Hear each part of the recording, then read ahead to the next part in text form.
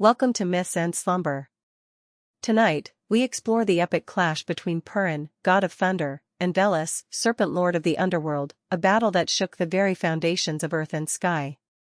If ancient myths are your kind of bedtime story, subscribe before you drift off. Now get comfortable, close your eyes, and let the ancient stories carry you to sleep. Close your eyes now, and let yourself drift backward through time. Feel the modern world dissolving around you like morning mist. The hum of electricity fades. The rush of traffic becomes the whisper of wind through ancient trees. Here, in this primordial world, two mighty forces have shaped the very fabric of existence since time began. One rules the heavens with lightning and thunder, bringing order through divine law. The other dwells in the depths of earth and water, master of chaos and the chthonic mysteries. Their eternal conflict has raged since the first dawn, shaking the pillars of reality itself. Tonight, we journey into the heart of this cosmic battle.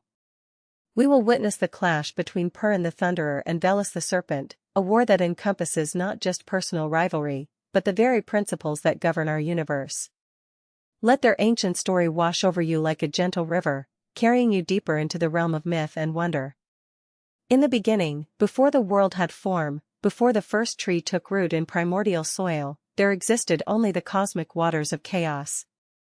From these primordial depths, the first gods emerged, each carrying within themselves the seeds of creation and destruction, order and chaos, light and shadow. Perun came forth as lightning splits the darkness, sudden, brilliant, terrible in his divine power. His birth was heralded by thunder that shook the very foundations of the emerging cosmos. The first spark of his consciousness ignited the heavens themselves, and where his infant breath touched the void, the sky crystallized into brilliant blue expanse. His father was Svarog, the sky god and divine smith, who forged the first laws of the universe with hammer blows that rang across eternity. His mother was the earth herself, fertile and nurturing, yet strong enough to bear the weight of thunder. Even as a child, Perun displayed the fierce nobility that would define his eternal character. His hair blazed like golden fire, and his eyes held the piercing clarity of lightning illuminating storm clouds. When he laughed, rain fell to nourish the emerging world. When he cried, his tears became the first rivers, carving channels through virgin earth. His very presence brought order to chaos, structure to formlessness. But from those same primordial waters arose another consciousness, ancient and cunning beyond measure. Veles emerged not with thunder and lightning, but with the subtle power of the serpent, the wisdom of deep places, the patient strength of roots pushing through stone. Where Perun brought sudden illumination, Veles brought the slower revelation of hidden knowledge. Where Perun's power was obvious and direct, Veles worked through mystery and transformation. Veles appeared first as a great serpent whose coils could encompass mountains, whose scales reflected all the colors of the earth, the brown of rich soil, the green of forest depths, the silver of moonlight on water. His eyes held the deep wisdom of ages, the patient intelligence of stone and root and flowing water. Unlike Perun's dramatic entrance into existence, Veles seemed to have always been there, emerging from the depths like some fundamental aspect of reality itself. The domains of these two mighty gods reflected their essential natures. Perun claimed the heights, the bright sky, the storm clouds, the lightning's path, the mountain peaks where eagles nested. His realm was one of clarity and law, where divine justice reigned supreme and order prevailed over chaos. He became the protector of warriors, the patron of rulers, the divine force that maintained the sacred contracts that held society together. His oak tree stood tall and strong, reaching toward heaven, their branches a living ladder between earth and sky. Veles, meanwhile, made his home in the depths and shadows. The dark forests were his cathedral, where ancient trees whispered secrets older than memory. The underground waters flowed at his command, carrying life to hidden places, nourishing roots in the darkness below. He ruled the realm of the dead, guiding souls through the mysteries of transition from life to death to rebirth. Cattle and wealth fell under his protection, for he understood the slow accumulation of earthly power, the patient building of prosperity through seasons and cycles. Yet it was not merely their domains that differed, but their very approaches to existence. Perun embodied the principle of cosmic order, justice, law, the divine hierarchy that kept the universe functioning according to eternal patterns. His power was clean and direct, like the lightning bolt that strikes with perfect accuracy. He valued honor, duty, the noble sacrifice that upholds the greater good. His followers were the warriors and kings, those who stood in the light and faced their enemies with open courage. Veles represented something far more complex and ambiguous. He was not evil, but neither was he bound by the same moral certainties that guided Perun.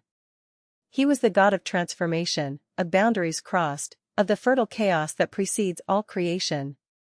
Where Perun saw clear distinctions between right and wrong, order and chaos, life and death, Veles perceived the flowing continuum that connected all apparent opposites. He was the trickster who revealed hidden truths, the guide who led souls through the darkness of necessary change. In those early ages of the world, the two gods worked together more often than they clashed. Perun's lightning would split the sky, and Veles would guide the resulting rains to nourish the earth. Perun would establish the laws of divine justice, and Veles would ensure that even death served the greater purpose of renewal and rebirth. They were complementary forces, like the two sides of a cosmic coin, each necessary for the proper functioning of reality. But even in these early days of cooperation, the seeds of their eternal conflict were already present. For Perun, with his love of order and justice, could never fully trust a power that thrived in ambiguity and transformation.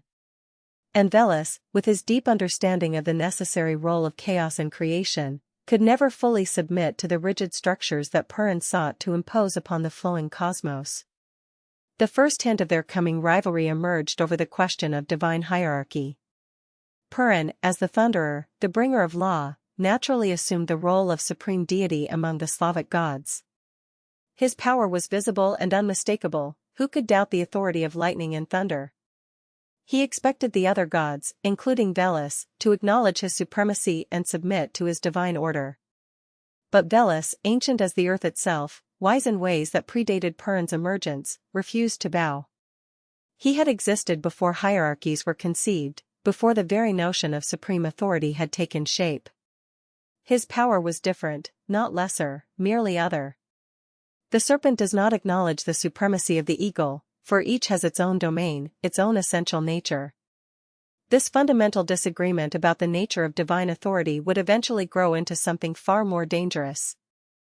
At the center of all Slavic cosmology stands the world tree, the mighty axis that connects all realms of existence.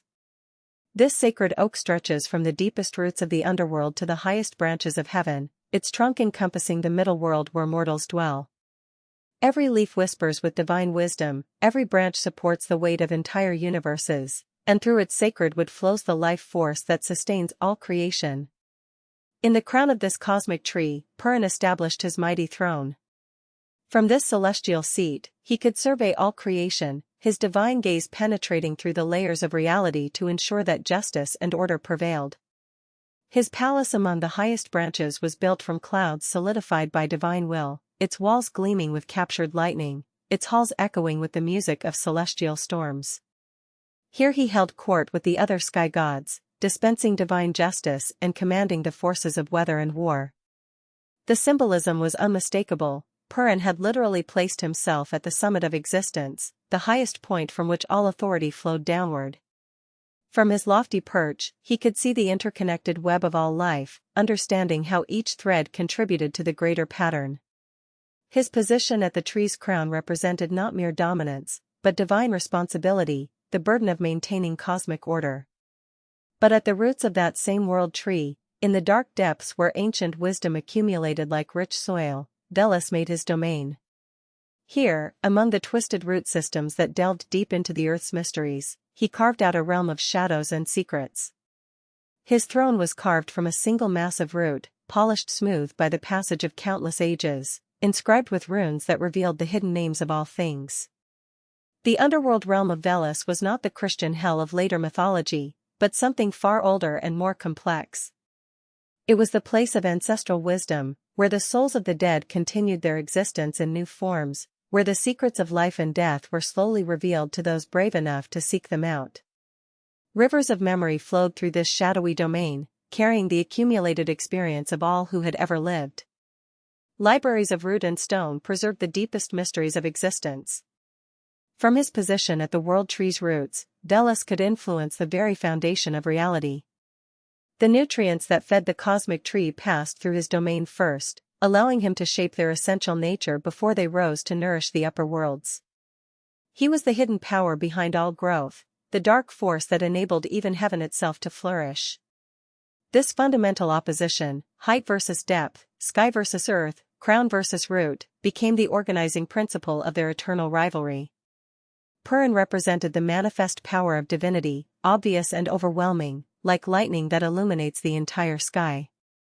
Veles embodied the hidden power that worked behind all appearances, subtle but ultimately more fundamental, like the roots that support the mightiest tree.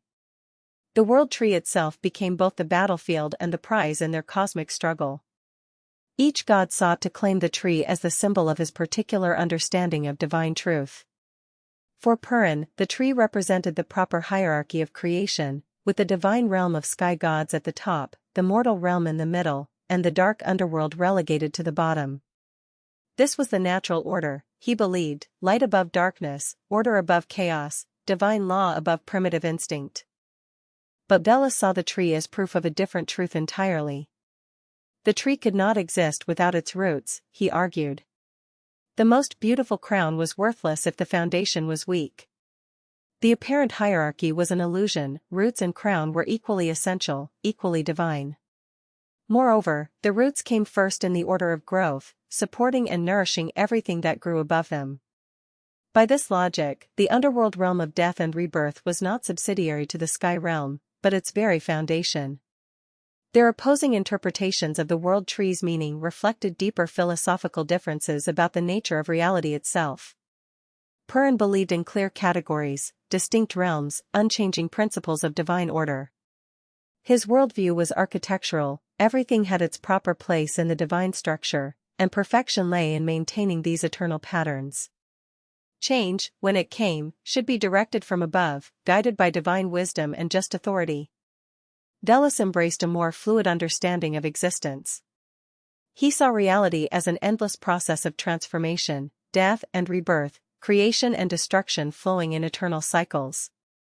The boundaries between life and death, order and chaos, good and evil were not fixed walls but permeable membranes through which existence continuously flowed. True wisdom lay not in maintaining rigid categories but in understanding the deeper unity that connected all apparent opposites. Veles received worship in darker, more secretive ways. His devotees gathered in forest groves at midnight, where the boundary between worlds grew thin. They sought his wisdom through dreams and visions, through communion with ancestral spirits, through the patient study of natural mysteries. Their offerings were often humble, bread and milk, the products of daily labor, symbols of the slow accumulation of earthly wisdom. They honored him not with grand gestures but with deep understanding, recognizing his presence in every aspect of life and death. The mortals caught between these two divine forces found themselves pulled in different directions by competing claims to ultimate truth. Some became devoted entirely to one god or the other, but many recognized that both forces were necessary for the proper functioning of the world. They honored Perun when they needed justice, protection in battle, or divine sanction for their leaders. They turned to Veles when they sought prosperity, wisdom about the mysteries of life and death, or guidance through times of difficult transformation. This divided loyalty among mortals became another source of tension between the two gods. Perun demanded exclusive devotion, absolute loyalty to the principles of divine order. How could mortals truly serve justice and law if they also honored the god of chaos and transformation? Such divided allegiance seemed to him a form of spiritual treason, a failure to recognize the supreme authority of divine truth. Veles, more accepting of paradox and ambiguity, did not demand exclusive worship. He understood that mortals, caught between earth and sky, life and death, needed to honor multiple aspects of divine reality. But he was deeply offended by Perun's claim to supreme authority, by the Thunderer's insistence that all other gods, including Veles himself, must submit to his divine hierarchy. Such arrogance, Veles believed, revealed a fundamental misunderstanding of the true nature of divinity. As ages passed and the world grew more complex, the fundamental tension between Perun and Veles began to crystallize around specific incidents that would echo through eternity. The first great crisis emerged when Perun attempted to establish a universal code of divine law that would govern all creation, gods, mortals, and natural forces alike. This cosmic law code, inscribed by Perun's own lightning upon tablets of crystallized thunder, was meant to bring perfect order to the universe. Every aspect of existence would have its proper place, its designated function, its appropriate relationship to every other aspect. The seasonal cycles would follow precise patterns, the movements of celestial bodies would conform to mathematical perfection, the behavior of mortals would align with divine justice, and even the gods themselves would operate within clearly defined spheres of authority. The code represented Perun's highest ideals, a universe where divine reason prevailed over chaotic impulse, where justice was not merely an aspiration but a fundamental law of reality itself. Under this system, suffering would have meaning, death would serve life, and even the darkest aspects of existence would ultimately serve the greater good. It was a vision of cosmic perfection, order so complete and harmonious that it would make the universe itself a reflection of divine wisdom. When Perun presented this law code to the assembly of gods, most received it with reverent approval. Sverige, the divine smith and Perun's father, praised its logical structure and comprehensive scope. Lada, goddess of love and harmony, saw in it the promise of perfect relationships between all beings. Svetavid, the four-faced god of war and fertility, appreciated its clear guidelines for when conflict was just and when peace should prevail. Even the lesser deities, those who governed specific aspects of nature or human activity, found their proper roles clearly defined and dignified within Perun's grand design. But Veles, coiled in his serpent form at the roots of the world tree, listened to the recitation of these laws with growing alarm. Not because he opposed order itself, he understood better than most that even chaos operated according to deeper patterns, but because he recognized something dangerous in Perun's vision of perfection. The Thunderer's code left no room for the essential unpredictability that made life possible, no space for the necessary disruptions that enabled growth and transformation. My brother Perun, he began, his words carefully chosen and weighted with ancient authority, your vision of perfect order is beautiful in its way, like a crystal palace built upon a mountain peak. But you have forgotten something essential, life itself is not a crystal palace. Life is a flowing river, always changing, always moving, always discovering new channels through the landscape of possibility. Veles gestured with his massive tail toward the world tree itself, whose leaves rustled with the constant movement of divine life. Look at our sacred tree, brother. Does it grow according to a predetermined pattern, each branch placed precisely where divine reason determines it should be? Or does it grow toward the light, adapting to each season's challenges, sending its roots where water can be found, adjusting its shape to the winds that test its strength? The assembly of gods listened in fascination and growing unease as Veles continued his challenge to Perun's authority. Your laws would freeze the universe at a single moment of perfection, like ice that preserves but also kills. But perfection is not a destination, brother, it is a dance, a continuous movement between opposing forces that creates the energy of existence itself. Without my chaos to balance your order, without my darkness to define your light, without my questions to challenge your answers, the universe would become as lifeless as a perfectly carved statue. The Thunderer rose from his celestial throne, his form blazing with captured lightning, his hammer Mjolnir crackling with the power to shatter mountains. I have seen what your flowing river leads to, Veles. I have watched civilizations collapse when they abandon divine law for moral relativism. I have witnessed the suffering that comes when boundaries are dissolved, when the sacred is mixed with the profane, when death is allowed to contaminate life without purpose or meaning. But Veles, unmoved by this display of celestial power, continued his serpentine ascent until he faced Perun directly among the highest branches of the world tree. And I have seen what your rigid perfection creates, brother, not true justice, but the tyranny of absolute certainty. Not genuine order, but the death of creativity and growth. Your laws may prevent some suffering, but they also prevent the very experiences that make existence meaningful. Joy without the possibility of sorrow is not joy, it is merely numbness. The confrontation that followed shook the very foundations of reality. Here were two fundamental forces of creation facing each other in direct opposition for the first time, each convinced of the righteousness of his position, each unable to accept the other's vision of divine truth. The other gods watched in horror and fascination as the argument escalated from philosophical disagreement to cosmic challenge. Perun declared that if Veles would not accept the authority of divine law, he would be excluded from the assembly of gods and banished to the underworld permanently. You cannot serve both order and chaos, brother. Choose now, submit to the cosmic law that will bring peace and justice to all creation, or be cast out as an enemy of divine truth. Veles's laughter echoed from the deepest chambers of the earth to the highest reaches of heaven, a sound like underground rivers carving new channels through solid stone. You cannot banish the roots while expecting the tree to flourish, Perun. You cannot exile death and expect life to have meaning. I am not your enemy, but I will never submit to a vision of order that denies the essential role of transformation in the cosmic dance. If you force this choice upon me, then so be it, but know that in doing so, you make inevitable the very chaos you seek to prevent. The die was cast. Perun, his divine authority challenged publicly for the first time, could not retreat without losing face before the assembled gods. Veles, his fundamental nature denied and dismissed, could not submit without betraying everything he represented. The stage was set for a conflict that would rage across multiple levels of reality, drawing in not just the two primary antagonists but all of creation itself.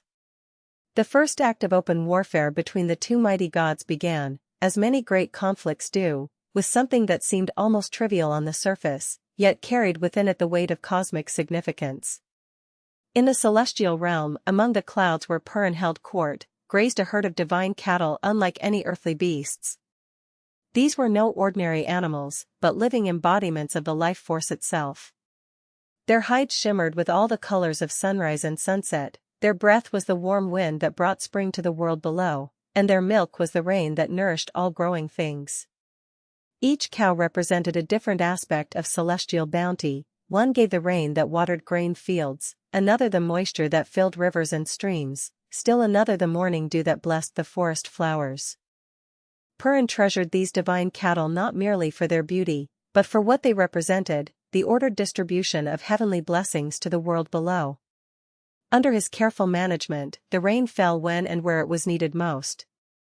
Drought-stricken lands received relief, while areas prone to flooding were spared excessive moisture.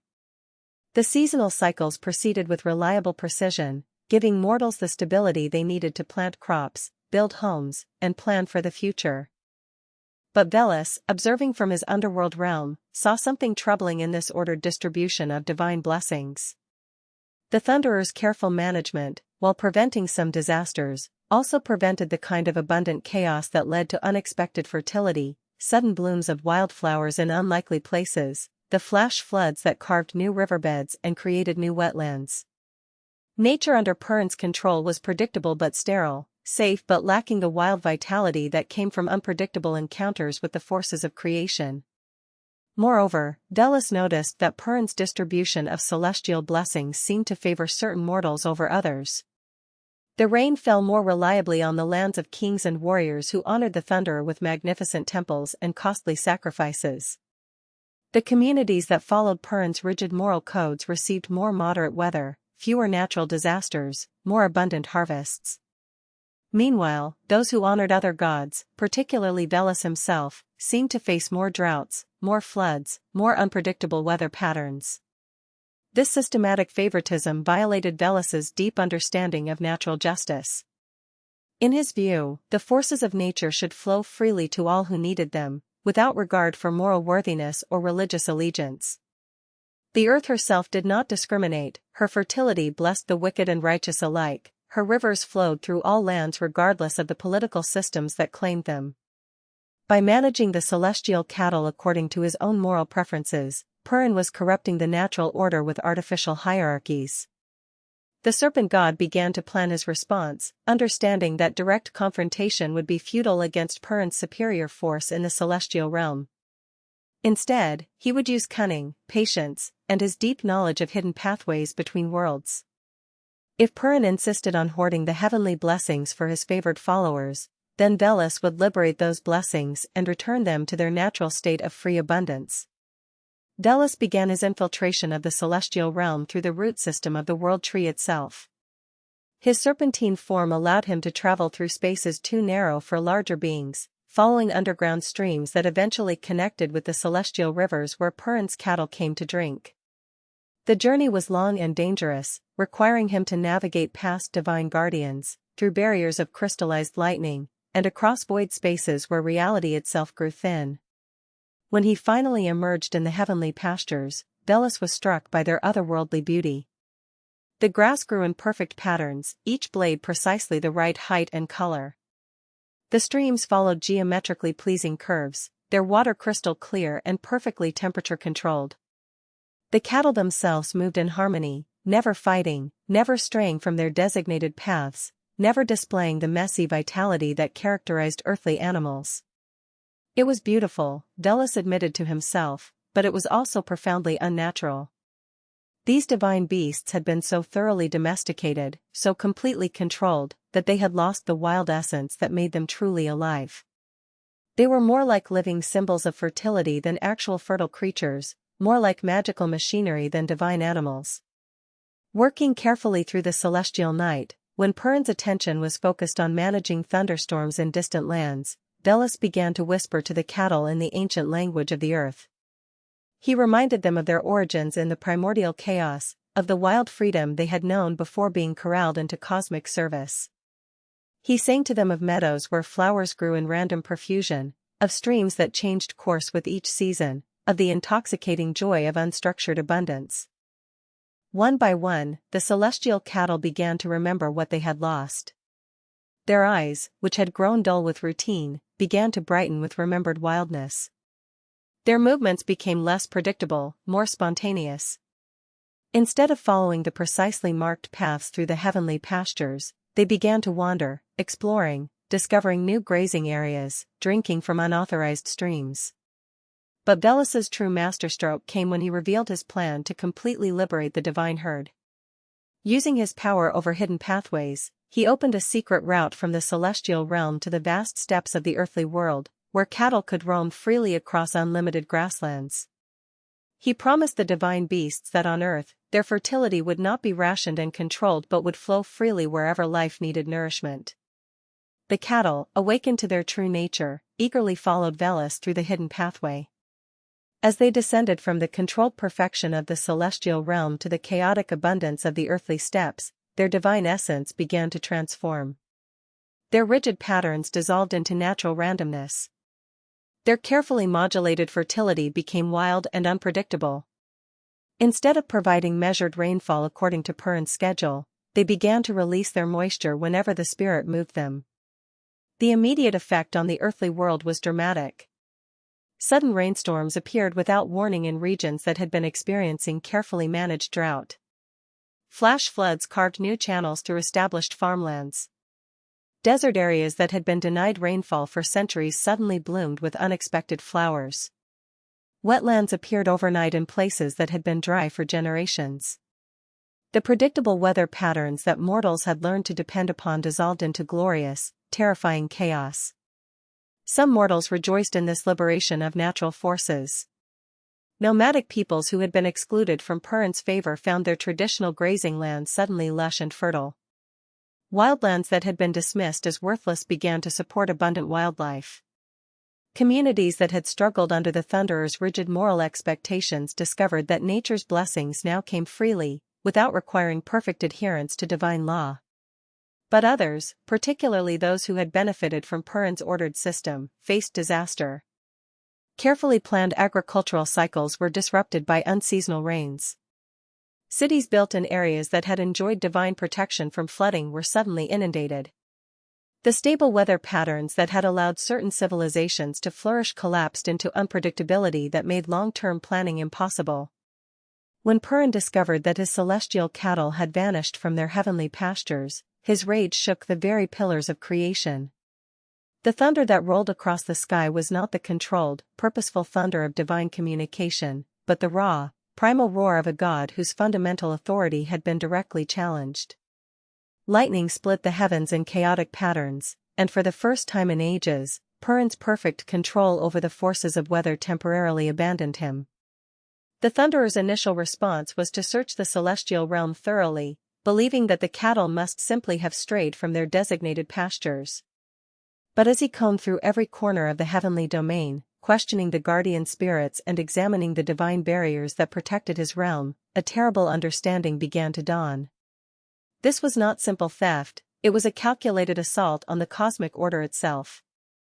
His divine senses, attuned to every vibration in the fabric of reality, eventually detected the lingering essence of serpentine presence in his sacred pastures. The scent of earth and underground waters, the subtle energy signature of chthonic magic, the almost imperceptible traces of ancient cunning, all pointed to only one possible culprit. Veles had not simply stolen divine property, he had invaded the most sacred precinct of heavenly authority and corrupted the very symbols of ordered abundance.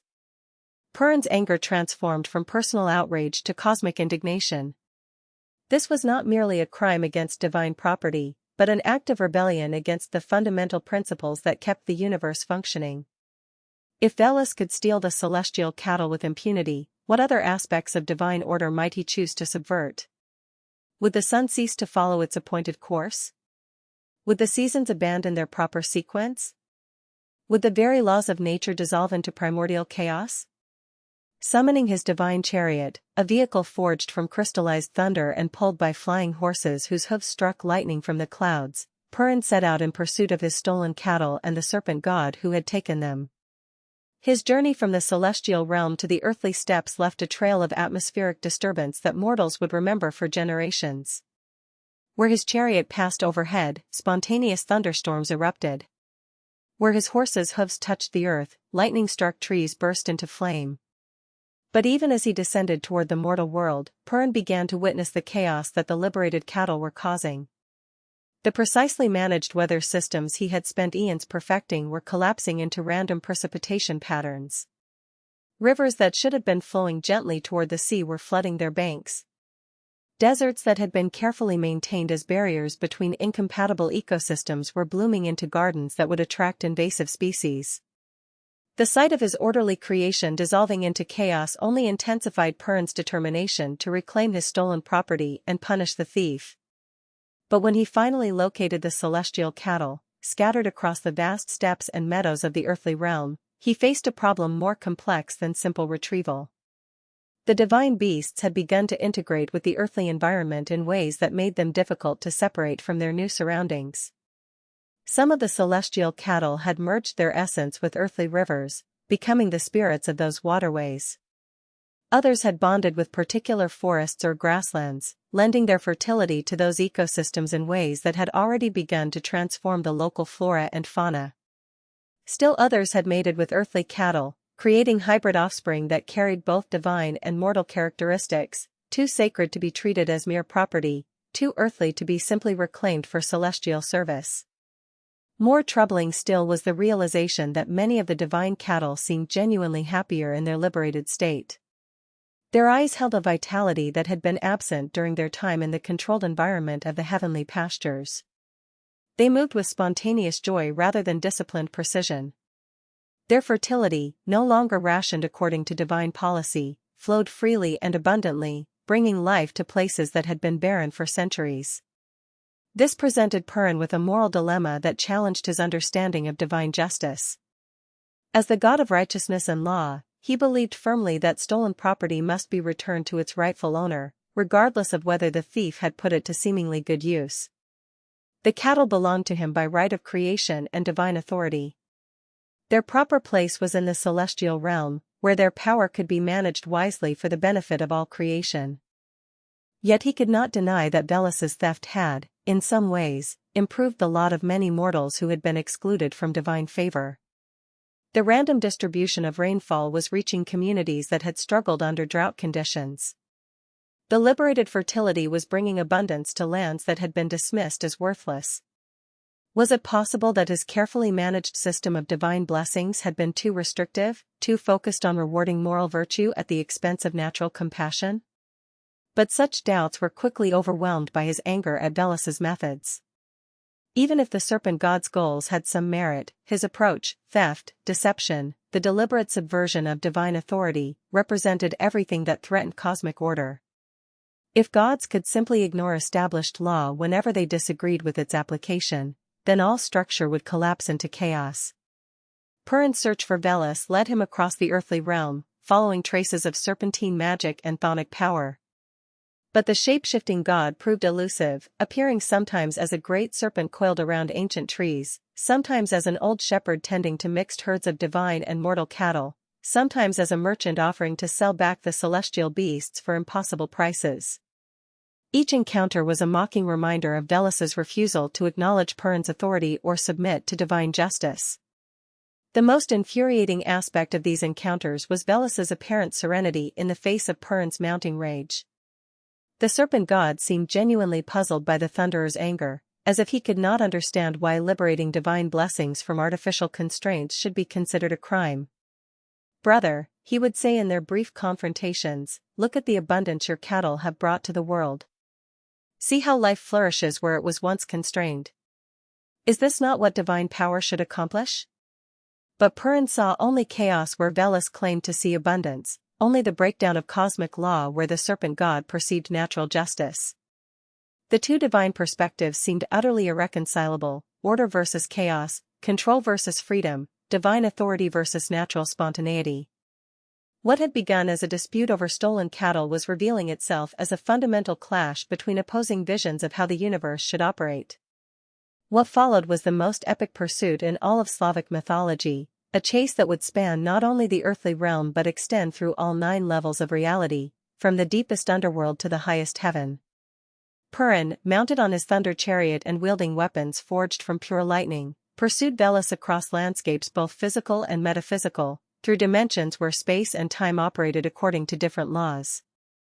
The chase began in earnest when Veles, growing weary of their cat-and-mouse encounters, finally revealed himself in his full serpentine majesty on the vast steppes where the stolen cattle grazed.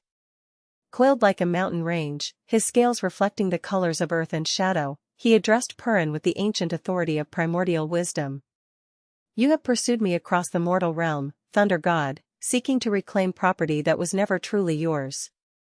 The forces of fertility and abundance belong to life itself, not to any single deity's management. If you would have them back, you must face me in combat that will determine once and for all whose vision of divine truth shall prevail." Perun's response came as a lightning bolt that split the sky from horizon to horizon. "So be it, serpent. Your theft was only the beginning of your rebellion against cosmic order. Through combat we shall determine whether the universe operates according to divine law or dissolves into the chaos you champion." His hammer Mjolnir blazed with accumulated storm power as he prepared for a battle that would test the very foundations of reality. But Veles, rather than meeting Perun's charge directly, began to retreat, not from cowardice, but as part of a deeper strategy. He understood that a straightforward battle in the earthly realm would favor Perun's dramatic, explosive style of combat. Instead, the serpent god would lead his pursuer through territories where different rules applied, where cunning and adaptation mattered more than raw power. The first stage of their chase took them through the earthly forests, where Veles moved like flowing water through landscapes he knew intimately. Ancient trees bent their branches to create pathways for his serpentine form while blocking Perun's thundering chariot with sudden groves and unexpected ravines. The forest spirits, who honored Veles as their patron, created illusions and diversions that sent the thunder god racing down false trails while the true quarry slipped away through hidden deer paths and forgotten stream beds. Perun's frustration mounted as he found himself repeatedly outmaneuvered in terrain that should have been neutral. His lightning bolts, so effective in open sky, were dissipated and deflected by the forest canopy. His thunder, which could shake mountains, was muffled and confused by the acoustic complexities of dense woodland. For the first time in eons, the supreme sky god found himself at a tactical disadvantage, forced to adapt to conditions beyond his perfect control. When Veles dove into the earth itself, disappearing into underground cavern systems that connected distant regions through subterranean networks, Perun faced a choice that would define the nature of their conflict. He could abandon the chase and return to his celestial realm, accepting the loss of his cattle but preserving his dignity. Or he could follow Veles into the underworld domains where the serpent god's power was strongest, risking not only defeat but the symbolic acknowledgement that heaven's authority was not absolute. Perun's pride and his genuine commitment to cosmic justice made the choice inevitable. Dismounting from his thunder chariot, which could not navigate the narrow passages of the underworld, he continued the pursuit on foot, his divine form blazing with contained lightning as he descended into realms of shadow and hidden wisdom. Each step downward was also a step away from the sources of his power, yet he pressed on, driven by the conviction that divine authority must be maintained regardless of personal cost. The underworld through which Veles led him was not the simple realm of the dead portrayed in later Christian mythology, but a complex domain where multiple layers of reality intersected. Here were the halls where ancestral wisdom was preserved, the libraries where the true names of all things were recorded, the workshops where the fundamental forces of transformation carried out their eternal labor. Rivers of memory flowed alongside streams of possibility, while caverns of pure thought opened into chambers where abstract concepts took on tangible form. In this environment, Veles moved with the easy familiarity of one who belonged, while Perun struggled to maintain his bearings in landscapes that operated according to dream logic rather than physical law. The thunder god's lightning, so precise and controlled in the upper realms, became unpredictable in the underworld's atmosphere, sometimes failing to strike at all, sometimes exploding with chaotic force that damaged the very fabric of reality. His hammer, forged for battles in the clear air of heaven, grew heavy in his hands as it accumulated the psychic weight of underground shadows. Yet Perun's determination never wavered, even as the chase led them through increasingly bizarre landscapes. They raced through caverns where time flowed backward, where Perun found himself pursuing Veles's past selves while his future selves pursued him. They crossed underground seas where the water was liquid darkness that reflected not physical appearance but spiritual essence. They climbed crystal mountains that grew downward from cave ceilings, their peaks pointing toward the earth's molten heart. Through each strange environment, their conflict took on new dimensions. In the realm of ancestral memory, they battled not only each other but the accumulated grudges of all their previous conflicts, experiencing every slight and betrayal with fresh intensity.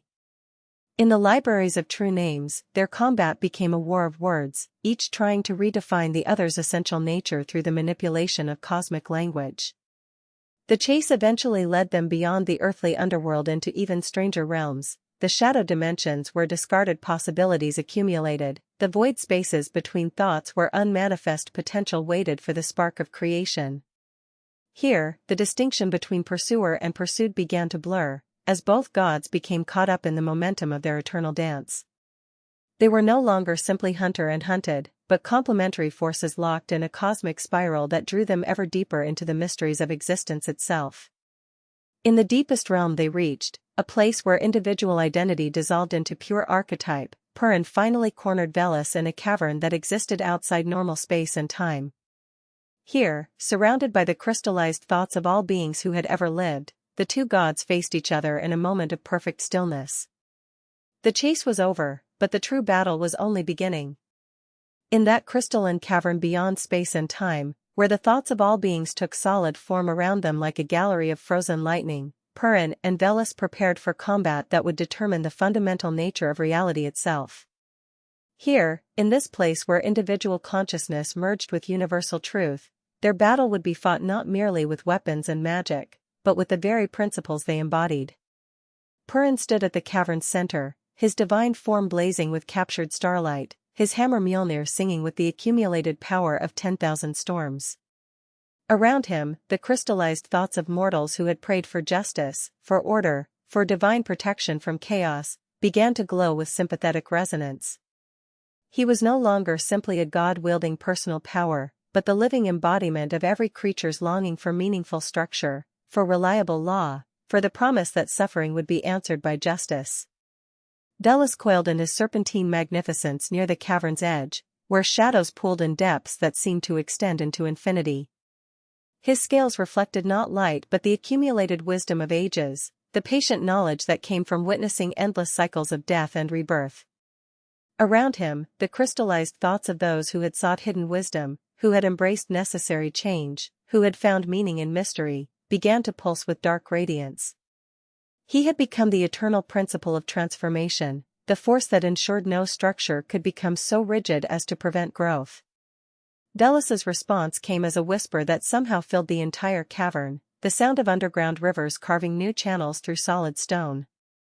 "Here indeed, brother," where the thoughts of all beings bear witness to our conflict. But look around you at these crystallized prayers and dreams. Do you not see that mortals have always needed both of us? Their longings for order are balanced by their need for change, their desire for justice tempered by their hunger for mercy that transcends law. The battle began not with a single dramatic clash, but with the slow building of opposing forces, like weather systems gathering strength before a hurricane. Perun raised Mjolnir above his head, and lightning began to arch between the hammer and the cavern's ceiling, creating a web of electrical energy that illuminated every corner of the crystalline space. Each bolt carried not merely destructive force, but the organizing power of divine law, energy that could restructure matter according to perfect patterns, that could impose rational order upon chaotic elements. Veles responded by calling upon his dominion over the earth's hidden depths, and the cavern floor began to shift and flow like liquid stone. But this was not mere geological disturbance, it was the fundamental power of transformation itself, the force that could dissolve any structure and remake it in new forms. Where Perun's lightning sought to create permanent patterns, Veles's earth power ensured that no pattern could remain unchanged, that all creation would continue to evolve and adapt. Their first direct exchange sent shockwaves through multiple dimensions of reality. Perun's lightning met Veles's earth surge in a collision that created entirely new forms of matter, crystalline structures that pulsed with electrical life, metallic formations that grew like living plants, stone that sang with harmonic frequencies that could reshape the thoughts of anyone who heard them. The cavern itself began to expand and contract like a breathing lung, its walls reflecting not the battle's physical effects but its metaphysical implications. As their combat intensified, both gods began to manifest additional aspects of their divine nature. Perun called upon his authority over the winds, and tornadoes of pure thought began to spiral through the cavern, carrying fragments of crystallized justice that cut like razors through the fabric of possibility. He summoned his mastery over fire, and flames that burned not matter but contradiction itself began to consume every paradox, every ambiguity, every comfortable lie that allowed chaos to masquerade as wisdom. Veles countered by revealing his command over water in all its forms, not merely the physical substance, but the principle of fluidity that allowed all things to flow from one state to another. Floods of liquid change swept through the cavern, dissolving Perun's structures of absolute law and replacing them with patterns that shifted constantly, adapting to each moment's requirements. He manifested his power over death and rebirth, and suddenly the cavern filled with the ghosts of every creature that had ever died, all bearing witness to the truth that no structure, however perfect, could permanently resist the transforming power of time. The battle raged through countless phases, each more intense than the last. They fought as pure energy, as competing mathematical equations, as opposing songs whose harmonies and dissonances rewrote the laws of physics with each note. They battled as living symbols, Perun becoming a sword of blazing righteousness, Veles transforming into a spiral of endless questioning that could find the flaw in any seemingly perfect system. In one terrifying phase of their combat, they began to exchange fundamental attributes. Perun found himself wielding some of Veles's shape-shifting abilities, becoming uncertain and fluid in ways that horrified his ordered nature. Veles temporarily absorbed some of Perun's command over absolute law, experiencing the rigid clarity that came from never doubting one's moral certainty. Both gods were forced to understand their opponent's perspective from within, and the experience was both illuminating and deeply disturbing. The crystallized thoughts that surrounded them began to crack under the pressure of their cosmic conflict. Mortal prayers for justice shattered into fragments that revealed the selfish motivations often hidden within seemingly righteous requests. Dreams of perfect order dissolved to show the sterile emptiness that lay beneath the desire for absolute control. Visions of transformative wisdom cracked open to reveal the fear and confusion that drove the hunger for change. As the battle reached its crescendo, both gods realized they were approaching a moment of mutual annihilation. Their opposing forces had become so perfectly balanced, so completely committed to contradiction, that they threatened to cancel each other out entirely.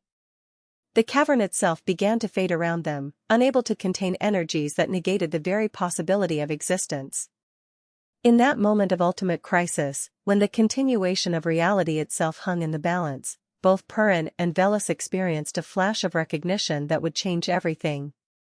They saw, with perfect clarity, that their eternal opposition was not a flaw in the cosmic design but its essential feature. Without Perun's order, Veles's chaos would consume all structure and leave only formless void. Without Veles's chaos, Perun's order would crystallize all existence into perfect, lifeless stasis. But this moment of understanding did not end their battle, it transformed it into something far more complex and eternal. The mutual recognition that flashed between the two gods in that moment of ultimate crisis did not bring peace, but rather a new and more terrible understanding of their conflict's true nature. They were not enemies who might eventually find reconciliation, but complementary forces whose opposition was essential to the universe's continued existence.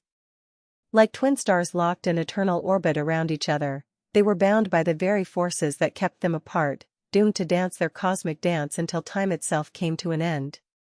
But the intensity of their struggle in that place outside normal reality had consequences that rippled through every dimension of existence. When their battle reached its peak, the sheer force of their opposing energies tore a wound in the fabric of the cosmos itself, a crack that extended from the deepest underworld to the highest heaven, splitting the world tree down the center of its mighty trunk. Through this cosmic wound, the carefully separated realms began to bleed into each other, creating zones where the normal laws of reality no longer applied. The effects of this cosmic wound manifested differently in each realm. In the heavenly domain where Perun had once ruled with unchallenged authority, streams of chthonic energy began to seep upward, bringing unpredictability to the ordered perfection of the celestial sphere. Divine beings who had never experienced doubt suddenly found themselves questioning eternal truths. Angels of pure law discovered themselves capable of creative rebellion. The crystalline palaces of heaven began to sprout organic growths, vines of living possibility that brought beautiful chaos to architectural perfection. In the underworld realm that Veles had made his primary domain, beams of pure order began to penetrate the shadows, creating islands of clarity within the fluid mystery of the deep places. The ever-changing caverns developed permanent chambers where certain truths could be preserved without transformation. The rivers of memory that had flowed without beginning or end suddenly developed sources and destinations, giving even the deepest mysteries a logical structure. Spirits of the dead found themselves remembering not just the emotional truth of their experiences but their precise historical details. But it was in the middle realm, where mortals lived their brief lives, that the cosmic wound's effects were most dramatic and far-reaching. The clear separation between order and chaos that had once defined human experience began to break down, creating a world where divine forces intermingled in ways that were both wonderful and terrifying. Weather patterns became wildly unpredictable as Perun's lightning and Veles's earth power influenced each other across the dimensional divide. Storms might bring not only rain but visionary dreams. Droughts might be accompanied by unexpected spiritual revelations. The natural world itself began to reflect the cosmic conflict more directly. Trees that had once grown according to predictable patterns now developed branches that spiraled in impossible directions, reaching simultaneously toward heaven and into earth. Rivers changed course overnight, sometimes flowing uphill, sometimes splitting into multiple streams that each carried water of different temperatures and mineral compositions. Mountains appeared where none had stood before, while ancient peaks crumbled into dust without apparent cause. Animals became conduits for divine influence in ways that confused and amazed human observers. Eagles, sacred to Perun, began to nest underground, while serpents, Veles's creatures, were seen flying through storm clouds. Cattle, the contested prize that had sparked the great conflict, developed the ability to predict weather changes, to find hidden springs, to lead their herders to safety through dangerous terrain. They had become living bridges between the divine realm and mortal experience. Human societies struggled to adapt to this new reality where the fundamental forces of existence were no longer clearly separated. Legal systems that had been based on clear moral categories found themselves confronting situations where right and wrong intermingled inextricably. Religious practices that had once honored either order or chaos exclusively began to develop hybrid forms, rituals that acknowledged the necessary interplay between opposing forces. Some communities thrived in this new environment of divine complexity. Peoples who had always lived close to natural cycles, who understood that life required both structure and flexibility, adapted quickly to a world where divine forces were in constant dialogue. They developed new forms of wisdom that embraced paradox, new social structures that could bend without breaking, new spiritual practices that honored both the need for law and the necessity of transformation. Others, particularly those civilizations that had built their entire identity around rigid adherence to divine order or complete submission to chaotic impulse, found themselves in crisis. Kingdoms that had ruled through absolute authority discovered that their subjects were developing new forms of consciousness that questioned fundamental assumptions. Anarchic communities that had rejected all structure found themselves spontaneously developing organizational patterns they couldn't explain or control. The cosmic wound also created new categories of beings, creatures that existed in the spaces between order and chaos, partaking of both divine natures. These borderland entities served as interpreters between the warring gods, sometimes carrying messages, sometimes offering glimpses of possible futures where conflict might evolve into more complex forms of relationship. They were living proof that opposition need not mean complete separation, that even the most fundamental enemies might share hidden connections. Mortals who ventured too close to the cosmic wound itself often returned transformed in ways that defied easy categorization. Some gained the ability to see the underlying patterns that connected all things, perceiving the hidden order within apparent chaos and the necessary chaos within rigid order. Others developed the capacity to exist simultaneously in multiple states, alive and dead, mortal and divine, individual and universal. They became living paradoxes, proof that reality was far stranger and more complex than either God's vision alone could encompass. The cosmic wound became a pilgrimage destination for those seeking ultimate truth, but it was a dangerous journey that few survived unchanged. The closer one approached to the actual tear in reality's fabric, the more the normal categories of existence dissolved. Pilgrims might find themselves experiencing memories of lives they had never lived, understanding languages they had never learned, feeling emotions that belonged to entirely different species. Yet the wound also served a crucial function in the cosmic economy. It was through this tear that new possibilities entered reality, fresh combinations of order and chaos that had never existed before. The wound was simultaneously a site of cosmic damage and cosmic creativity, a place where the universe renewed itself through the dynamic tension of opposing forces. With the cosmic wound serving as both a bridge and a barrier between their realms, Perun and Veles found their eternal conflict taking on new dimensions and complications. The battle in the crystalline cavern had ended not with victory or defeat, but with the recognition that their opposition was cosmically necessary, yet this understanding made their personal antagonism even more intense, not less.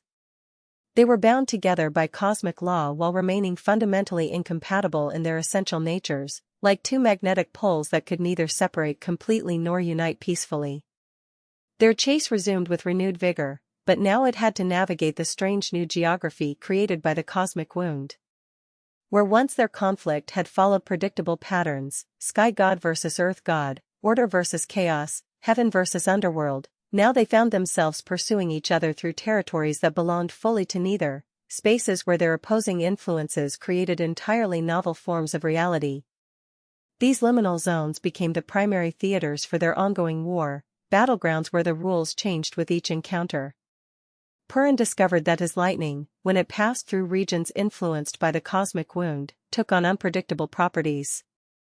Instead of striking with the clean precision he expected, it might split into multiple branches that explored different possible targets simultaneously.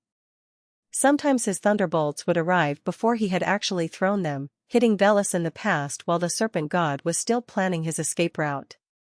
Other times, his electrical attacks would become self-aware, developing independent strategies and refusing to dissipate even after completing their intended purpose. Veles found his shape-shifting abilities similarly affected by proximity to the cosmic wound. His transformations, once smooth and controlled, began to exhibit characteristics from both of his natures simultaneously. He might become a serpent with wings of lightning, or a tree whose roots conducted electrical current while its branches grew downward into the earth. Sometimes he would shapeshift into forms that had never existed before, creatures that embodied paradoxes impossible in normal reality, fish that swam through solid rock, birds that built nests in the past while laying eggs in the future. These strange mutations in their powers made their chases more unpredictable and, in many ways, more dangerous to the surrounding reality. When Perun pursued his serpentine nemesis through a region where time flowed in multiple directions simultaneously, their battle created temporal paradoxes that caused entire forests to age centuries in moments while nearby streams ran backward to their mountain sources. When Veles led his pursuer through spaces where physical laws were still forming, their passage helped determine which mathematical principles would govern those regions, sometimes with results that contradicted the fundamental constants that ruled the rest of reality. One of their most memorable chases took them through a realm where thoughts became tangible as soon as they were conceived. Here, Perun's strategic planning materialized as crystalline structures that Veles could read like open books, while Veles's deceptive schemes took physical form as maze-like constructions that confused even their creator. Their mental duel in this space created landscapes of competing philosophies, where abstract concepts battled for territorial supremacy and metaphysical principles took on biological characteristics, reproducing and evolving according to their logical fitness. In another pursuit, they found themselves racing through a dimension where cause and effect operated in reverse. Effects preceded their causes, outcomes determined their origins, and endings shaped their beginnings. In this backwards reality, Perun found himself fleeing from his own victory while Veles was pursued by his future defeat, creating a temporal loop where neither could definitively claim to be hunter or hunted. The mortals who witnessed fragments of these interdimensional chases developed new mythologies to explain the impossible things they observed. Stories spread of lightning that struck upward from earth to sky, of serpents that existed as pure concept without physical form, of battles fought between yesterdays and tomorrows. These tales, dismissed by rational minds as mere folklore, were actually accurate reports of events that occurred in reality's border regions, where normal logic held no sway. But perhaps the strangest aspect of their renewed chase was how it began to affect the cosmic wound itself. Each passage of the gods through the dimensional tear caused it to change, sometimes widening to allow entire armies of spirits to cross between realms, sometimes narrowing to a thread so thin that only pure thought could squeeze through. The wound developed a rhythm, a breathing pattern that matched the cycle of their eternal pursuit, expanding when they approached, contracting when they moved apart, pulsing with the heartbeat of cosmic conflict. This rhythmic expansion and contraction of the cosmic wound created tides of influence that affected all levels of reality. During expansion phases, the boundaries between order and chaos became more permeable, allowing for greater creativity and transformation but also increased instability and unpredictability.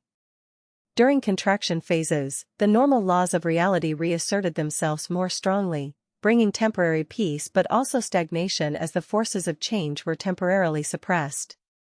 Mortals learned to recognize these cosmic tides and plan their activities accordingly. Poets and inventors sought inspiration during expansion phases, when the mingling of divine forces created new possibilities for artistic and technical innovation. Farmers and builders preferred contraction phases, when the laws of nature were more reliable and predictable outcomes could be trusted. Warriors avoided fighting during transition periods, when the very nature of victory and defeat might shift mid-battle. Some humans developed the ability to surf these cosmic tides, using the fluctuations in reality's fabric to achieve things that would be impossible under normal circumstances. These tide riders became shamans and mystics, serving as intermediaries between the divine realm and mortal understanding. They learned to predict when the wound would expand or contract, when Perun's influence would dominate or when Veles's power would surge, when new possibilities would open or when existing structures would crystallize. The chase also began to create its own geography, wearing paths through the fabric of reality that became permanent features of the cosmic landscape. These divine highways could be traveled by beings other than the two primary antagonists, becoming trade routes for supernatural entities and pilgrimage paths for mortals seeking transcendent experience. Some of these paths led to places where time moved differently, others to realms where physical laws were still negotiable, still others to dimensions where abstract concepts had achieved independent existence. As the eternal chase continued through these strange new territories, both gods began to evolve in ways neither had anticipated. Their constant exposure to reality's border regions was changing their fundamental nature, introducing elements of paradox and complexity that challenged their original archetypal purity. Perun, god of absolute order, began to develop an appreciation for certain forms of controlled chaos that enhanced rather than threatened structural integrity. Veles, master of transformation, discovered the beauty of patterns that remained constant through all change, providing stability without stagnation. The first sign of this transformation appeared in the spaces where their influences intersected most intensely. Instead of the simple cancellation that might be expected when equal and opposite forces meet, their collision points became crucibles where entirely novel phenomena emerged. Lightning that grew like living vines, storms that possessed the wisdom of ancient serpents, earthquakes that followed the harmonic patterns of celestial music. These hybrid manifestations carried characteristics of both gods while belonging fully to neither. Mortal observers, WITN. The gods themselves began to notice these unexpected developments with a mixture of fascination and alarm. Perun, observing lightning that grew organically rather than striking with mechanical precision, felt both pride in its beauty and concern about its implications for cosmic order. If his most fundamental attribute could be transformed through interaction with Veles's influence, what did that mean for the stability of divine law itself? Veles, watching earthquakes that followed musical patterns, experienced similar ambivalence. The serpent god appreciated the creative potential of structure that could transform itself, but worried about what would happen if all chaos became predictable, all mystery revealed. His power came from the unknown, from the spaces between certainties. If those spaces began to develop their own reliable patterns, would transformation itself become just another form of order? Their mutual concern about these developments led to something unprecedented in their eternal relationship, a temporary truce, called not for reconciliation but for investigation. Meeting in a neutral zone created by one of their collision points, the two gods faced each other not as hunter and hunted, but as researchers confronting a phenomenon that challenged both of their worldviews. The space around them flickered between states, sometimes a crystalline cave of pure thought, sometimes a forest glade where trees grew in mathematical spirals, sometimes a storm cloud that rained upward while lightning struck downward. Veles coiled thoughtfully, his serpentine form shifting through colors that had no names in any mortal language. Indeed, thunder god. And observe, these new phenomena do not serve either of our purposes. They are neither tools of cosmic justice nor agents of necessary transformation. They simply exist, creating their own meanings, following their own imperatives. This realization brought them no peace, only a deeper understanding of their cosmic responsibility. They could not end their conflict without ending existence itself, but they could begin to shape it more consciously, to dance their eternal dance with greater awareness of its creative implications. Their enmity became less personal and more archetypal, a performance of fundamental principles rather than mere divine egotism. The truce lasted only as long as their investigation required, but it established new parameters for their ongoing conflict. They would continue to chase, to battle, to oppose each other with all their divine might, but now they did so as conscious participants in a cosmic symphony rather than merely antagonistic soloists. Their war became a form of collaboration, their hatred a type of love so complex that mortal minds could barely comprehend its implications. When they resumed their chase, it took on characteristics of ritual as well as conflict. Perun's pursuit followed patterns that honored the necessity of opposition, while Veles's evasions created openings for new forms of creative possibility. Their battles became less about victory and more about maintaining the precise balance of forces that kept reality stable yet dynamic, ordered yet alive. The cosmic wound, responding to this evolution in their relationship, began to develop new properties. Instead of simply bleeding chaos into order and order into chaos, it became a generative matrix where novel forms of existence could emerge. Through its dimensional gateway came beings that had never existed before, creatures of living paradox, entities of crystallized possibility, spirits that embodied the creative tension between opposing forces. Some of these paradox beings took mortal form, becoming the greatest heroes and sages of human civilization.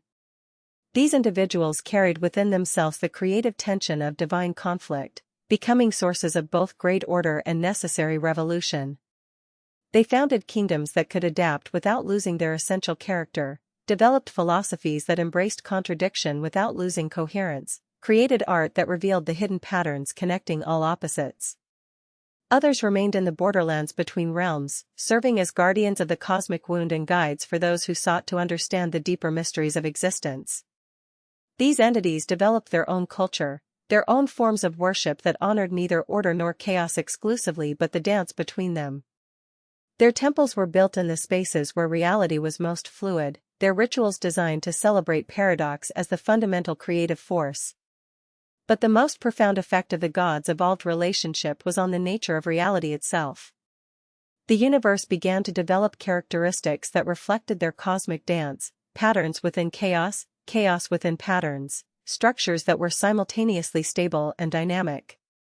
Time itself became more complex, flowing in spirals rather than straight lines, allowing for the simultaneous existence of multiple possibilities. Space developed dimensions that folded back on themselves, creating shortcuts between distant realms and barriers between adjacent realities. The world tree, wounded but not destroyed by their cosmic battle, began to grow in new ways. Its roots and branches developed fractal patterns that repeated at every scale, from the microscopic to the cosmic. New types of leaves appeared, some that existed in multiple dimensions simultaneously, others that changed their essential nature with each season while remaining fundamentally themselves. These changes rippled through all levels of existence, from the smallest particle to the largest cosmic structure.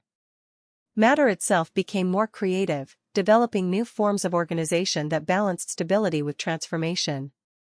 Energy learned to flow in patterns that were both efficient and beautiful, following paths that served both practical and aesthetic purposes. Consciousness, too, evolved in response to the gods' transformed relationship. Mortal minds began to develop new capacities for holding contradictions without anxiety, for finding meaning in paradox, for dancing with uncertainty rather than being paralyzed by it. These enhanced forms of awareness allowed humans to participate more directly in the cosmic drama, becoming conscious collaborators in the eternal dance of creation. As this section of their eternal story reached its crescendo, Perun and Veles found themselves engaged in a form of conflict that was simultaneously the most intense and most harmonious they had ever experienced. They opposed each other with perfect precision, their opposition creating resonances that strengthened rather than threatened the fabric of reality. They had become master dancers in the cosmic ballroom, their eternal chase transformed into an endless waltz that kept the universe spinning in its proper rhythm. In the deepest cycle of their eternal dance, when countless eons had passed and the cosmos itself had learned to pulse with the rhythm of their divine opposition, Perun and Veles encountered a force that neither had anticipated, the fates themselves, those ancient weavers who create the patterns that bind even gods to their destinies. These three sisters, older than time and more fundamental than space, had been watching the cosmic dance with growing concern about its ultimate implications. The eternal conflict between order and chaos was creating patterns so complex, so beautiful, so dangerously perfect that it threatened to become a closed system, a cosmic mandala so complete that it might exclude the possibility of genuine novelty. The eldest fate, she who weaves the threads of past into the tapestry of inevitability, spoke first when she appeared before the two gods during one of their ritual confrontations. Divine dancers, your opposition has become so refined, so perfectly balanced, that you risk creating a universe that is eternally beautiful but ultimately static. True creativity requires not just the tension between known opposites, but the possibility of genuinely unknown outcomes, paths not yet imagined by even the most far-seeing consciousness. The middle fate, who measures the threads of present possibility with instruments that exist outside normal reality, continued the warning. Your dance has become too skillful, too predictable in its very unpredictability. The cosmos needs not just the interplay between order and chaos, but the introduction of entirely new principles that neither of you currently embodies.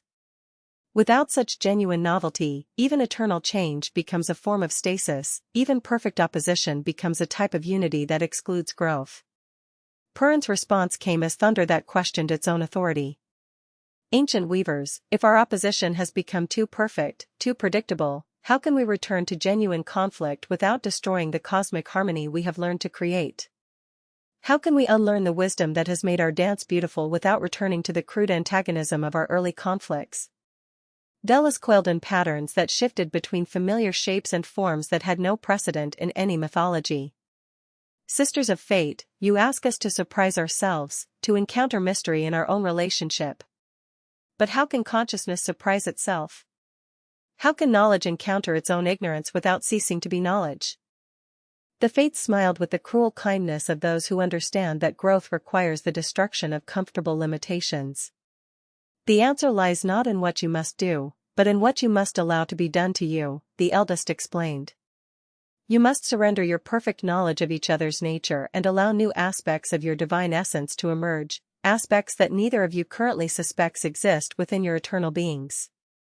The youngest fate raised her cosmic shears, preparing to cut through the patterns that had made their conflict predictable. This will be painful for both of you, for it requires the death of your current understanding of yourselves and each other. You will become unknown to yourselves before you can become mysterious to each other. Your eternal dance will stumble, fall, break apart before it can reform in patterns that allow for genuine surprise.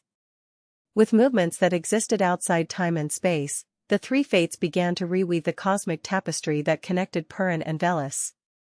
They introduced threads from sources unknown, strands of possibility that came from potential realities that had never been actualized, fragments of divine essence that belonged to gods who had never been born, elements of consciousness that had emerged from the dreams of unmanifest beings. These alien threads were woven into the very core of both gods' essential nature, creating internal contradictions and unknown capabilities that neither could predict or understand. The effect was immediately and profoundly disorienting. Perun found himself experiencing emotions and impulses that seemed to come from outside his nature as the god of order and justice. Sudden urges toward mercy that transcended law, moments of appreciation for chaos that served no rational purpose, glimpses of beauty in patterns that violated every principle of cosmic harmony. These alien aspects of his consciousness were not merely additions to his divine nature but fundamental alterations that changed the meaning of everything he had previously understood about himself. Veles experienced equally bewildering transformations. Within his serpentine consciousness arose impulses toward forms of order that had nothing to do with stagnation, patterns of structure that enhanced rather than limited transformation, systems of organization that made chaos more rather than less creative. He found himself capable of types of wisdom that came not from mystery but from clarity, forms of knowledge that illuminated rather than concealed the deep nature of reality. Their first encounter after the fates' intervention was unlike anything in their eternal history of conflict.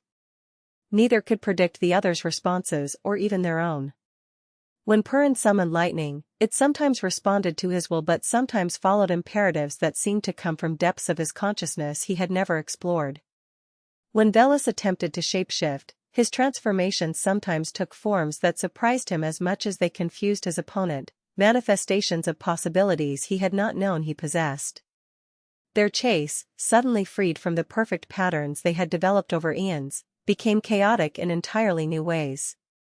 They found themselves pursuing each other through territories of consciousness they had never explored, battling with aspects of their divine nature that felt both intimately familiar and utterly alien.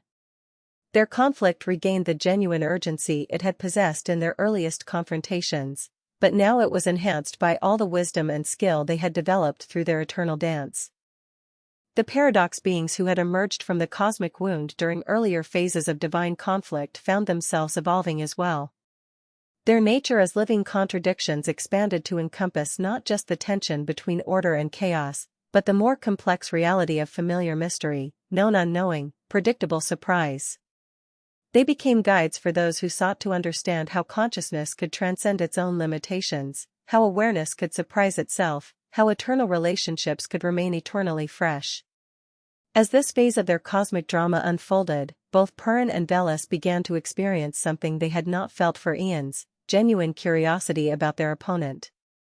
The perfect knowledge they had developed of each other's nature was being continuously disrupted by the emergence of genuinely unexpected capabilities and responses. Their hatred became tinged with fascination, their opposition flavored with appreciation for mysteries they had not previously suspected.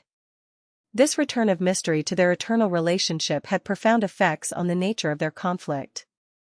Their battles became more intense because the outcome was no longer predetermined by perfect knowledge of each other's capabilities. Their chases became more creative because neither could predict which strategies would be effective against an opponent who was continuously surprising even himself. The universe itself began to reflect this new level of cosmic complexity. Reality developed the capacity for genuine self-surprise, for the emergence of possibilities that had not been implicit in previous conditions. Evolution accelerated beyond mere adaptation to environment toward the creation of entirely novel forms of existence that transcended previous categories. Time began to flow in patterns that allowed for retroactive novelty, the emergence of new possibilities that changed the meaning of past events without changing their factual occurrence.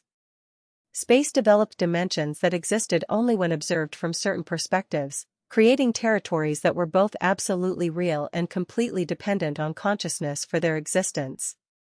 Matter learned to organize itself in ways that were simultaneously determined by natural law and genuinely creative, following rules that allowed for their own transcendence. As this section of their eternal story reached its climax, Perun and Veles found themselves engaged in the most profound form of opposition they had ever experienced, a conflict that continuously transformed not just their relationship but their individual natures, an eternal dance that remained eternally surprising to the dancers themselves. As the cosmic cycles turned and the dance between Perun and Veles reached new levels of complex mystery, both gods began to understand that their conflict had transcended its original purpose and become something far more fundamental to the structure of existence itself. Their opposition was no longer simply about stolen cattle, wounded pride, or competing visions of cosmic order. It had become the living heartbeat of reality, the dynamic tension that prevented the universe from collapsing either into perfect stasis or complete dissolution. They were no longer merely gods in conflict, but the embodiment of the creative principle that keeps existence balanced on the knife edge between form and formlessness. Yet within this eternal bondage lay a form of freedom neither had anticipated. Because their conflict would never end, they were free to explore infinite variations on the theme of opposition, to discover ever new ways of being enemies, to develop their antagonism into an art form of cosmic proportions. Each cycle of chase and battle could introduce novel elements, each confrontation could reveal previously unknown aspects of their divine nature, each moment of their eternal dance could contribute something unique to the symphony of creation. The mortal world, shaped by countless cycles of their divine conflict, had evolved into something that reflected both order and chaos, both structure and transformation. Human civilizations had learned to thrive on the creative tension between opposing forces, developing cultures that could embrace contradiction without losing coherence. Their cities were built to flex with the cosmic tides that swept through reality as the gods' influence waxed and waned. Their philosophies celebrated paradox as the fundamental creative force. Their art captured the beauty that emerged from the collision of incompatible truths. The sacred stories told around mortal fires had evolved to reflect this cosmic complexity. No longer simple tales of good versus evil or order versus chaos, they had become intricate narratives that explored the creative potential of eternal opposition, the beauty that could emerge from conflicts that had no resolution. Children learned from these stories that some tensions were meant to be preserved rather than resolved, that some questions were more valuable than any possible answer, that some relationships grew stronger through eternal opposition rather than eventual harmony. The world tree, scarred but not broken by the cosmic wound, had become a living symbol of reality's capacity to incorporate damage into beauty. The great crack that ran from its roots to its crown had filled with new types of wood, materials that were simultaneously solid and fluid, stable and transforming, ordered and chaotic. Through this scar flowed the mixed essence of both gods, creating a conduit that allowed their opposing influences to enhance rather than negate each other. The cosmic wound had become a pilgrimage destination for beings from all realms who sought to understand the creative power of opposition. Here, at the intersection of order and chaos, visitors could witness the birth of new possibilities, the emergence of forms that belonged fully to neither principle yet could not exist without both. Many who made this journey returned transformed, carrying within themselves a spark of the divine tension that could inspire creativity and innovation in whatever realm they inhabited. But perhaps the most profound development was the emergence of a new form of consciousness that could exist comfortably within eternal paradox. These awakened beings, whether divine, mortal, or something between, had learned to derive meaning and joy from questions that could never be answered, from relationships that could never be resolved, from conflicts that grew more beautiful with each iteration rather than grinding toward exhaustion. They understood intuitively what the gods had learned through eons of struggle, that opposition could be a form of love, that conflict could be a type of collaboration, that enemies could be more intimately connected than the closest friends. As this cosmic epic began to transition toward whatever would come next, Perun and Veles found themselves preparing for new cycles of their eternal dance. Each had been fundamentally changed by their experiences. Perun's perfect order now contained elements of creative chaos that made his justice more nuanced and his authority more responsive to genuine need. Veles's transformative chaos now incorporated aspects of reliable pattern that made his wisdom more accessible and his guidance more trustworthy. The cattle that had sparked their original conflict had long since transcended their humble origins, becoming archetypal forces that embodied the principle of abundance freed from artificial constraints. They grazed now in all realms simultaneously, their divine fertility flowing wherever life needed nourishment, their presence a reminder that some treasures become more valuable when shared rather than hoarded. Neither god could claim exclusive ownership of them anymore, for they had become part of the cosmic commons, resources that belonged to existence itself rather than any individual power. As the eternal story spiraled toward new beginnings, new cycles, new variations on the eternal theme of creative opposition, both gods felt a strange form of contentment. Not the peace of resolution, but the deep satisfaction of finding their true purpose, their authentic function in the grand scheme of existence. They were where they belonged, doing what they were meant to do, serving the cosmos in the only way that truly mattered, by maintaining the dynamic tension that kept reality alive and growing. The last scene of this cycle showed them facing each other across a vast plain that existed simultaneously in all realms, preparing once again for the chase that had no beginning and would have no end. Lightning flickered in Perun's eyes as he contemplated new strategies for pursuing his elusive opponent.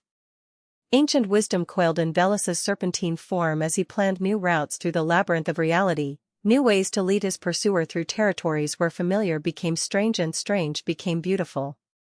And as this cosmic symphony began again, as thunder answered serpent's whisper and lightning danced with shadow, all creation held its breath in anticipation. For each new cycle brought possibilities that had never existed before, variations on eternal themes that enriched the universe's growing complexity. The story would continue, must continue, for as long as existence itself persisted, an endless tale of creative opposition, eternal conflict transformed into eternal beauty. As our journey through this ancient tale draws to a close, feel yourself slowly returning from those primordial times when gods walked among mortals and thunder itself was divine speech. The images of cosmic battle fade like morning mist, but their deeper meaning remains, the understanding that creation itself emerges from the dance between opposing forces. Let this wisdom settle into your consciousness like gentle rain soaking into fertile earth. If you're still awake, just breathe slowly and let the ancient stories drift with you. Subscribe to Mythology for sleep for a new legend every week. Sweet dreams.